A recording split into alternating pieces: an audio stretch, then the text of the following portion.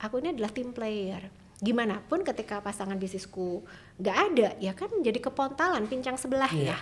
Nah di situ mau nggak mau, aduh, aku sampai to be honest pernah hampir bunuh diri 2 kali. Suicide attempt, that's crazy. Dan kalau udah hari Minggu malam tuh aku udah gemeter, keringet dingin, udah meracau kayak orang gila. Aku nggak berani tidur di kamar, tidur di sofa.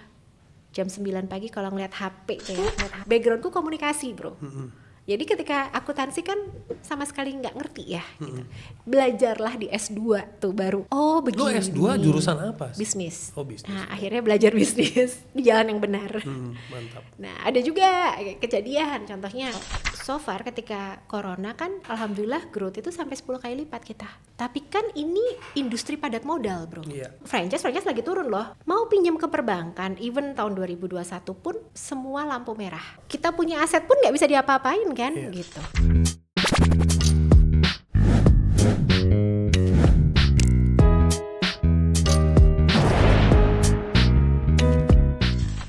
Dari sekian banyak journey lo, itu ada fase kan, bisnis lo tuh ada fase. Dari mula bisa gue bilang startup, dari gerobakan tuh gue bisa bilang startup. Terus mulai kredit ruko, itu udah masuk ke fase growth tuh. Small business Growth ya, dari startup naik level lah. Nah, di level startup itu top 3 challenges lo apa? Di level startup, tenaga kerja, permodalan, branding yang belum punya, dan kita kan masih baru membangun market ya. Dan di level startup itu tantangan, dari 3 tantangan itu, opportunity apa yang you lihat yang bikin you I want to stay in the business? Modalnya kecil, jadi ketika pengembaliannya itu sebenarnya kan nggak terlalu besar, nggak apa-apa ya, karena kan emang modalnya kecil gitu. Tapi ketika ngeliat itu berjalan aja udah happy gitu. Jadi boro-boro kita ngeliat untung apa enggak, angka atau gimana, tapi ketika ngeliat oh ini laku, direspon market dengan baik, wah itu udah seneng banget deh gitu. Jadi kepuasannya itu tidak terlalu susah gitu. Terus keuntungannya lagi kalau misalkan ternyata modelnya tidak berjalan, karena kayak aku ceritakan tadinya burger sama hotdog, terus marketnya terlalu jenuh gitu ya, mau nggak mau kan kita tambahin kebab tuh. Ketika mau pivot, mau nambah sesuatu inovasi itu nggak terlalu riweh karena kan masih kecil bisnisnya, jadi bisa dengan as simple as add on atau rubah itu mudah gitu. Berarti keuntungan bisnis dari kecil itu kita punya ruang eksperimen yang luas. Yes. Ya kan? Segala sesuatunya masih lebih mudah ya. Good. Begitu masuk ke tahap growth, nah ini yang paling seru nih. Challenges yang you lihat apa aja? Talent masih kembali lagi memang ketika kita punya sebuah facility, contohnya kantor yang lebih proper, kita akan bisa attract talent yang lebih bagus, dan tentunya itu kita sebagai owner ya enak banget bro kalau punya orang yang bisa menerjemahkan apa yang kita mau. Ibaratnya nih kayak Sunil utama di copy jadi Sunil 1, 2, 3, 4 gitu. Ini yang gue bingung, ini lucu. Kenapa setiap orang yang gue ketemu tuh keinginannya pada umumnya gue pengen cloning diri gue? Kenapa? Padahal di dunia bisnis lu nggak bisa, justru kalau lu punya orang-orang yang kayak lu itu bahaya. Bukan cloning secara cloning persis 100%, bukan. Maksudnya paling nggak itu kan kalau tadinya kita kan ngerjain semua, dari marketing, dari business development, dari sales, dari produksi. Nah ini kan akhirnya ada part of yang bagian produksi. Wah itu udah something banget deh. Part of yang bagian jualan, part of yang bisa ngerjain desain gitu. Nah itu bagi kita itu kayak kemewahan bro. Dan bisa menerjemahkan apa yang ada di kepala kita. Kan kita aja nggak ngerti kadang desain yang bagus tuh yang gimana sih gitu kan. Tapi ketika mereka membuatkan desain sesuai dengan keahlian mereka, terus jam terbang mereka, wah bagus banget ya, ini lebih bagus daripada yang aku harapkan gitu. Itu kan seneng ya kayak gitu. Nah biasanya kalau gue dari pengalaman gue juga dan pengalaman teman-teman, kalau di fase growth itu ujiannya gila. ujiannya gila tuh maksud gue begini. Lu pernah nggak merasa kayak gue di bisnis yang salah, kayaknya gue harus tutup? Pernah, tapi kadang kalau aku lihat ya, karena kita belum paham. Maksudnya gini, ada beberapa case ya yang membuat aku juga sadar, oh ternyata ya semua itu emang harus dilaluin gitu. Contohnya, lah kita buka franchise banyak banget, kok duitnya nggak ada gitu kan. Lah ini kok malah punya utang 200 juta, panik dong gitu kan. Jualannya kayak banyak, tapi yang ada utangnya jelas, gitu. profitnya nggak ada. Iya. Nah orang accounting yang lebih pintar, dia Siapa ngomong, tuh yang kayak gitu tuh? oh karyawan udah banyak kok malah utang, gimana sih, kita kan baru buka outlet tuh ada berapa puluh gitu kan misalkan. Langsung dia, Bu gini loh gitu loh, dijelaskan, lo ini iya kita kemarin dapat duit dapat untung, tapi kan Bu kita nyewa ruko sebelahnya gitu kan karena nggak cukup. Yang kedua kita nambah orang, berarti kan nambah orang juga nambah expenses, Nambah ya biaya. biaya. Terus udah gitu Ibu itu kan gudang isinya barangnya penuh semua ya Bu gitu, barang belum dijual, nah ini kan bukan duitnya nggak ada, duitnya di barang gitu. Lah kita kan jadi beli mobil nih buat nganter-nganter barang dan lain-lain, operation dan sepeda motor dan lain, itu kan barang juga Bu gitu. Aset, aset gitu. Oh iya juga ya. Jadi kan kita nggak ngerti karena jujur aku backgroundku komunikasi bro. Jadi ketika akuntansi kan sama sekali nggak ngerti ya. Gitu. Belajarlah di S2 tuh baru. Oh begini. Lo S2 jurusan apa? Bisnis. Oh bisnis. Nah akhirnya belajar bisnis di jalan yang benar. Mantap. Nah ada juga kejadian, contohnya apa ya waktu itu ya. Salah satunya tadi kan kalau utang, satunya lagi, oh iya, Bapak karyawan nih ngapain sih? Kok banyak banget gitu loh? Ngapain harus ada divisi banyak banget gitu kan? Loh ya nggak bisa, namanya karyawan ya harus disesuaikan dengan porsinya masing-masing gitu kan. Lah tapi karyawan kita banyak banget, lah growth kita kan juga kenceng gitu kan. Pernah tuh akhirnya kita kan yang ya udahlah kita coba untuk dipadatkan aja, ya keteteran semua akhirnya bro. Nah jadinya dari situ tuh kan kayak oh iya ternyata ya dengan perkembangan bisnis nggak bisa gitu loh. Tapi pernah nggak lo ada di fase yang lo merasa gue nih lagi jalanin bisnis, kok gue merasa gue cuman kerja untuk bayar gaji karyawan doang? Sering ya? Sering. Nah itu gimana tuh? Gimana melewati rasa-rasa itu? Ini dalam fase apapun selalu begitu. Kayaknya lo kena banget. Kena banget itu, ya Allah, Allahu Akbar ya. Banyak loh pengusaha-pengusaha di luar sana kadang terjebak dengan perasaan seperti itu. Bahkan nih, aku boleh lompat fase dikit nggak?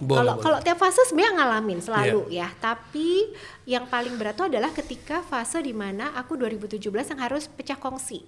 Otomatis tuh utang lagi banyak bro. Dan kemudian karyawan THR apa kan aku cicil ya karena nggak kebayar waktu itu kan. Terbayar tapi cuma dicicil gitu kan berapa kali gitu. Nah terus gue nggak ngambil gaji dong karena mau nggak mau kan aku harus nyelesain utang dulu. Itu pertanggungjawaban kita nama baik. Yang kedua kita nyelesain dulu gaji karyawan yang ya Allah gue aja nggak gajian, bahkan gue dulu sering ngisi banget seminar apa segala macam, ngerjain kerjaan sampingan lah apa hanya untuk nombokin utang dan gaji karyawan. Dan yang paling sakit hati waktu perpecahan itu kan jadi kayak gini loh apa? Memang dulu kan aku orang belakang jadi karyawan tuh tidak melihat aku as sosok nilam gitu. Mereka meragukan. You were the woman behind the curtain. The wall. Nah dari situ akhirnya karyawan tuh pada demo Mosi tidak percaya kepada aku dan itu hanya berselang 2 hari pada saat my mom meninggal. Jadi kayak gue pikir mereka kumpul depan kantor itu untuk berduka, ternyata enggak. Protes gaji yang belum keluar telat 2 hari. Nah ini ibu gue meninggal gitu loh bro. Jadi kayak kadang tuh sampai trauma, jujur trauma. Gue dapet gaji aja enggak, nombokin utang, bayar karyawan. Ini kayak lubang hitam yang nggak ada habisnya. Kapan gue kelar dan kapan gue bisa nafas gitu kan? Been there bro. Tapi aku belajar satu hal waktu itu ya, aku ya sempat akhirnya kan namanya kita lagi punya masalah mau nggak mau kan kita harus banyak ngobrol sama mentor, sama orang yang kita anggap kita look up to gitu ya. Nah, nggak bisa nih Lam, kamu nggak bisa sebagai owner tuh mengorbankan dirimu terus, kamu nombokin uang terus gitu loh ke karyawan. Justru ketika punya bisnis, yang pertama harus diselamatkan itu adalah ownernya dulu. Owner megang uang, pede. Owner nggak megang uang, Kacau. powerless. Dan nggak pede sama sekali, nggak akan bisa ngadepin apapun. Karena kalau megang uang, waras. Iya.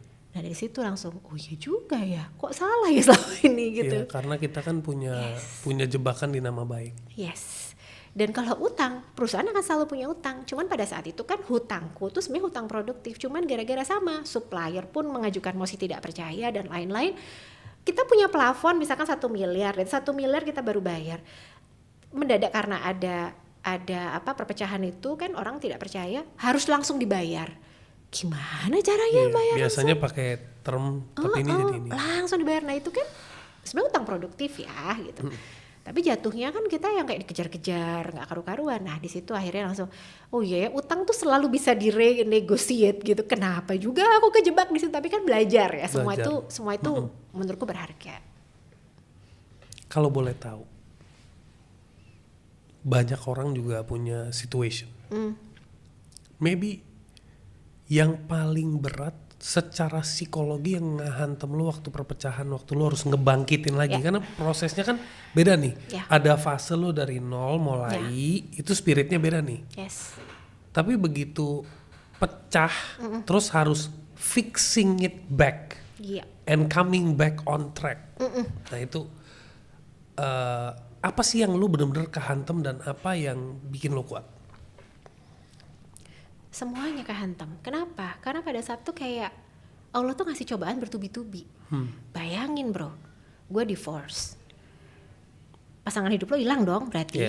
Pasangan bisnis gue hilang juga. Iya, karena dulu pasangan hidup adalah pasangan bisnis. Iya, betul. Dan kita pisahnya nggak baik-baik. Jadi kan kayak memisahkan perusahaan tuh rumit loh bro. Nggak segampang itu ya gitu. Jadi kayak waduh ini jadi eksesnya kemana-mana gitu kan.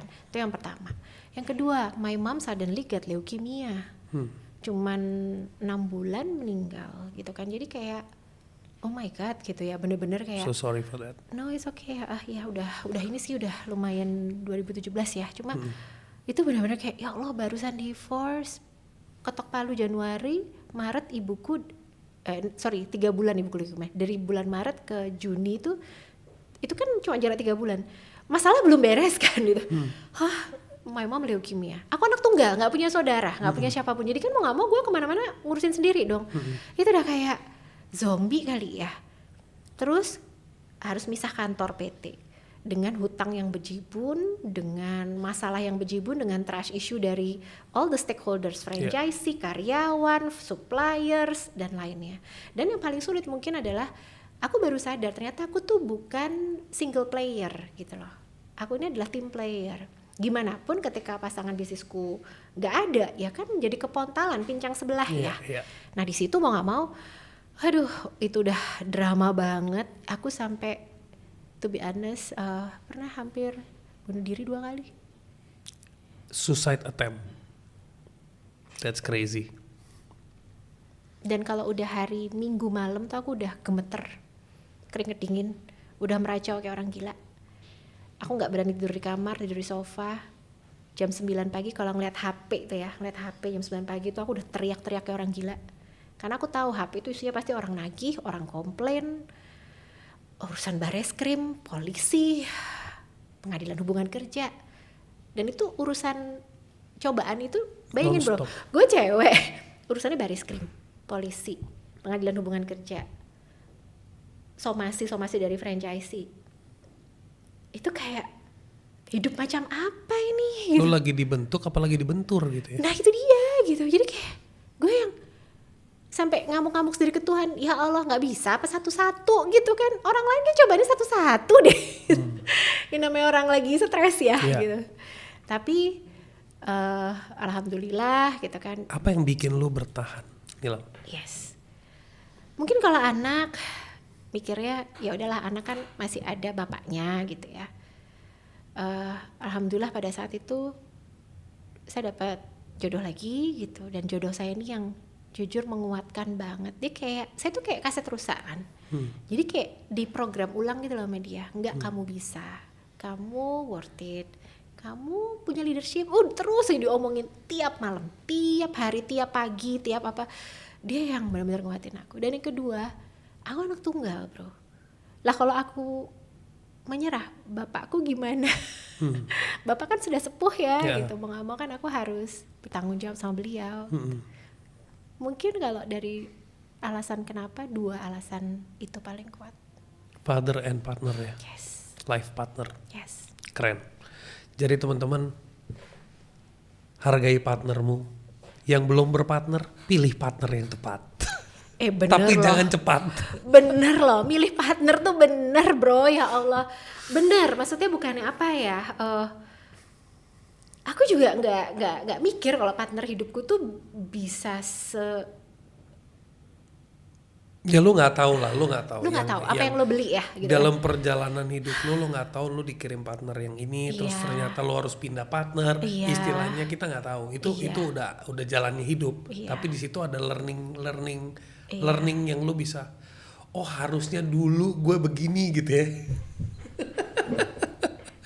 Oke. Nilam juga belajar. Yes. Oke, so sekarang kita mau masuk ke fase road to IPO. Yes. How did you do it? Oke. Masalah itu kan terjadi 2017 sampai 2019 ya. Alhamdulillah gitu ya. Kalau kita ngomong ikhlas tuh kan gampang, tapi ngejalanin tuh kan Beda lagi. panas dingin, Yes. nggak karu-karuan ya. Tapi alhamdulillah 2 tahun itu kita jalanin dan rasio hutang kembali normal. Wah itu maksudnya kalau inget zaman itu tuh kayak aduh aku belum tentu deh kalau ngulangin itu aku bisa gitu ya. Gue juga punya rasa yang sama loh. Kadang-kadang kalau gue ngelewatin satu fase disuruh ngulang lagi, gue nggak tahu gue punya tenaga dari mana, gue nggak siap. Belum tentu loh. Iya. Terus yang kedua, pada saat itu akhirnya mulai agak bisa berpikir jernih kan. Oh ya, aku harus cari tim lagi, partner lagi. Karena kan aku bilang I'm not single player, aku harus work in a team gitu kan. Di sini yang saya cari maksudnya adalah partner. Nah, tektokan sama beberapa orang, beberapa partner dan lain-lain gitu ya. Ya itulah Allah ya. Kadang kalau ngasih cobaan itu kan Masya Allah gitu ya. Tapi kan janji Allah adalah kalau memang masalah itu mau aku angkat, akan aku angkat semuanya gitu. Dan ini benar-benar sampai sekarang buat aku merinding sih gitu ya. Bro, kalau tahun 2017 sampai 2019 itu tahun yang Dark, the dark years. Iya bener-bener deh ngelewatin tuh kayak. Terus ketika aku udah beberapa kali tektokan sama orang, aku udah bilang sama mereka, rata-rata investor kan kalau mau masuk ke kita, ya kan, atau jadi partner sama kita, itu kan mereka pasti akan ngelok kita as a founder atau as a CEO, dan kita dikasih target, bener gak? Boro-boro bro, aku aja udah gak waras 2017 sampai 2019. Jadi aku ngerasa aku harus istirahat dulu. Mana ada orang yang mau ngasih waktu begitu, benar nggak? Nah tapi aku nemu di satu partner, mereka mau. Gue udah nggak terlalu basa-basi, udah nggak terlalu babi bu, karena memang kembali lagi experience 2 tahun 3 tahun itu kan bener-bener sakit banget ya. Itu tuh bener-bener sakit mentally, physically, emotionally semua lah gitu kan. Jadi aku ngerasa aku harus off dulu. Nah mereka agree, ya udah kita tektokan. Lu percaya nggak bro? Cuma tektokan 2 bulan. Plus due diligence tuh udah 2 bulan ya. Semuanya mereka agree. Ya udah nggak babi bu, tanda tangan tuh November 2019. Lu bayangin dong kalau gua nggak tanda tangan gimana tuh bro? 2020 corona hitting. Nah ini gue justru nanti mau masuk ke situ. Jadi kayak kalau lu tadi yang nggak tanda tangan dan take a back seat, lu masih ngadepin terus corona hitting. yes. Dan partner gue memang jadi partner strategik juga sebenarnya, karena mereka kuatnya di food supply chain, ya kan? Aku kuatnya di franchising. Jadi jaringan yang aku punya mereka maksimalisasi juga. Terus memang nama gimana pun nama Barafi itu udah bagus ya dan punya nama gitu udah kan. Udah terlalu strong. Yes, jadi ketika mereka masuk ke pakai namaku Baba Raffi kemana-mana itu lebih mudah dan sudah orang lebih percaya, lebih dikasih jalan gimana pun. Jadi alhamdulillah perpaduan yang bagus. Dan waktu lo masuk ke pembelajaran franchise, lo benar-benar ngedalamin sistemnya sampai lo jadi expert banget. Mungkin itu aku harus di belakang dulu ya supaya tahu jatuh bangunnya gimana, apa yang perlu diperbaiki sampai sedetil-detilnya, kenyataan yang terjadi di lapangan. So dengan partnership yang baru, everything started to work out better. Dari situ langkah kok bisa mimpi ke IPO-nya gimana? Jadi sebenarnya ketika sambil aku istirahat ya, tektokan sama partner, so far ketika corona kan yang naik adalah bisnis sembako gitu kan, termasuk ikan, beras dan lain-lain. Nah kita kan kuat di sana ya. Nah mereka alhamdulillah growth itu sampai 10 kali lipat kita growth sampai 10 kali lipat. Wow. Tapi kan ini industri padat modal bro. Iya betul. Padat. Kalaupun franchise lagi turun loh tahun 2020. Iya karena nggak ada offline activity. Iya benar. Akhirnya kita growth 10% padat modal, mau pinjam ke perbankan even tahun 2021 pun semua lampu merah. Kita punya aset pun nggak bisa diapa-apain kan gitu. Nah kembali lagi, waduh ini kalau mau gedein lagi gimana caranya? Satu-satunya jalan yang bisa kita lakukan adalah pada saat itu ya udah kenapa kita nggak coba, ada loh yang namanya IPO gitu kan. Yaudah yuk coba belajarlah kita, terus habis itu cari tahu tentang itu, datengin orang-orang yang expert IPO sampai mungkin nggak sih possible kalau company ini kita di IPO-in. Possible aja gitu, ternyata kita setelah divaluasi dan lain-lain, bisa masuk papan tengah gitu kan. Mbak kalau IPO gimana? Hayu gitu. Nah itu mungkin juga setelah liburan setahun dapat kabar kayak gitu kan, kayak gitu ya, sebuah permainan baru gitu. Karena jujur bro, kalau kita terlalu, jadi lu begitu dikasih libur lu mimpinya lebih gede lagi, kayaknya sih begitu. Tahu nggak yang lucu apa? Gue tuh sampai gini, tiap minggu nih healing kemana? Ke gunung, ke Curug. Karena kan kalau ke laut agak jauh ya sini kemana-mana. Masa Ancol gitu kan, kita ke gunung Curug-Curug itu selalu I'm good, all good, everything is good, I'm healing. Berguna nggak sih? Tapi berguna nggak sih? Menurut lo berguna ya? Berguna banget. Buat orang tertentu karena merasa itu kayak bullshitting. Tapi buat gue kayak tergantung juga dari sisi mana gitu. Enggak, aku suka alam. Jadi for me ke yang alam penting tuh connect ke healing. alam ya. Yes. Dan itu jadi kayak wah aku siap nih menempuh sesuatu yang baru dengan cara permainan yang baru. Itu membuatku excited. Karena jujur kalau franchise lagi kayak aku belum siap ngadepin franchise. Dan begitu banyak trauma di franchise selama 2017 sampai 2019. Oke. Aku menghadapi pameran franchise aja aku nggak berani datang. Trauma. Pada saat itu ya. Tapi kalau hal lain, hayu gitu kan, ya itu akhirnya kita kerjakan selama setahun gitu ya. Tektokan, alhamdulillah lancar. Aku rasa segala sesuatu yang lancar dan dipertemukan dengan segala sumber daya yang kita perlukan itu adalah another level of luck ya. Another level of luck. Dan the right time, the right place. Lu percaya sama luck? I do believe in luck, tapi juga harus siap kita menyambut luck itu kan. Harus siap ya. Yeah. Jadi buat lu, what is more important? Buat lu lebih penting, gue nggak perlu terlalu ngoyo, karena when the time is right, everything will open up. Atau gue lebih baik ngoyo, jadi when the time is up, I'm ready to do whatever I can. Ngoyo itu dalam melakukan Hard work, usahanya. yeah. Iya. Tapi kalau dalam harapannya, itu aku percaya pada yang namanya luck itu adalah when the time is right. Apapun hasilnya aku pasrah. Okay. Tapi yang pasti aku ngasih 100.000%. Oke, nice. Nah itu kadang orang yang, kamu mah orangnya kayaknya tingkat keberuntungannya tinggi. Enak aja, kita berangkat jam berapa, pulang jam berapa tiap hari, ya kan? Yeah. Itu masalah preparation yang benar-benar kita persiapkan. Benar Bro Neil? Preparation.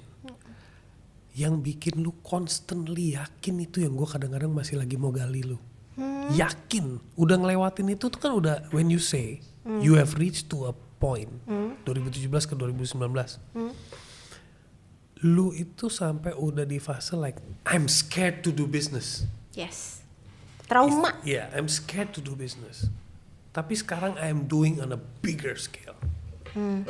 Itu for you is a miracle, is luck, is blessing from God atau ada certain thing yang di dalam diri lo yang sebenarnya I have always wanted di belakang, I've always wanted but I forgot about it. Yes. Kadang gini bro, one of the thing adalah aku anak tunggal. Survival mode-nya tinggi. Ini guys, jadi yang jadi anak tunggal tenang. Ilmu survival lo lebih tinggi daripada yang lain. Either manja banget atau malah survivalnya tinggi banget. Yang kedua, gue Sagittarius. Explorer tingkat dewa. Yes, it's not about the result, tapi gue suka sesuatu yang baru, sesuatu yang ini, tapi aku tetap orangnya persisten ya mas ya. Dan yang ketiga gitu, gue anjing. Anjing itu apa? Tahu nih tahun naga ya? Oh iya, sio. Anjing itu loyal, anjing itu kerja keras, ya kan? Anjing ini sering jadi anjing menjaga gitu. Tapi kayak gue lebih chihuahua sih. That's funny. Okay. Aduh. Dan satu lagi, sebagai perempuan, aku merasa perempuan tuh kayak punya ceiling grace gitu ya. Jadi kayak posisinya bisa tinggi tapi nggak boleh terlalu tinggi, bisa galak tapi nggak boleh terlalu galak, kerja keras tapi juga jangan terlalu ngoyo banget. Kenapa harus begitu? Ambisi nggak boleh terlalu ambisi. Aku anak tunggal, orang tua selalu membesarkan aku dengan kamu bisa raih apapun. Dari kecil tuh maaf bukan ada apa, gue tuh ketua kelas, ketua apa gitu kan. Terus gue emang lumayan lah di kelas gitu ya. Dan aku percaya kalau aku mau aku bisa dapet gitu kan. Cuma tinggal gue mau apa enggak gitu kan.